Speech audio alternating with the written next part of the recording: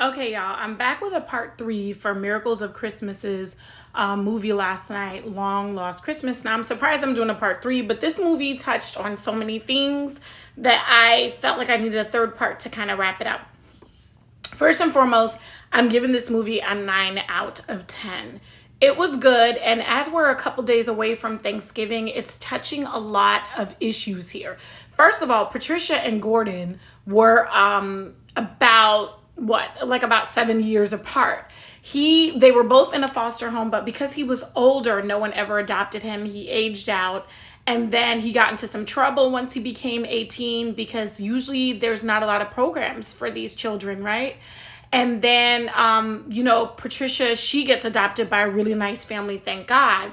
And so these two siblings are separated and they're both going through hurts. Like, both of them had been writing each other Christmas cards over the years, even though they didn't know where to send it. And at the end of the movie, they exchanged these cards. We know that this brother and sister really love each other.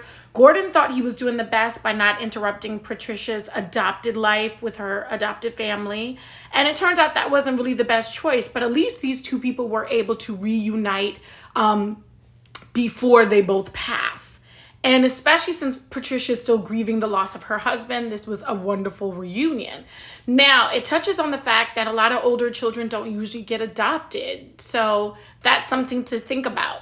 Also, I'm not quite sure what it is with the older generation, why they like to not talk about their hurts. In order to break generational curses, and trust me, I'm in the process of doing that, I feel like you have to speak your hurt. You have to acknowledge it. You have to put it out there. So the fact that both Brianna and Haley grew up not even knowing that they had an aunt or uncle is like absolutely crazy to me. And that they find out leading up to this particular Christmas.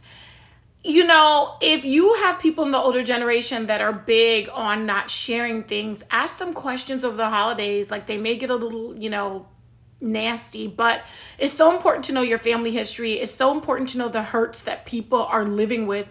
And it's also so important to know those things so that we don't have history repeat itself, even on a family level. Okay, guys, the holidays are coming up. It's not the easiest for everyone. I know the holidays is particularly a rough time for me.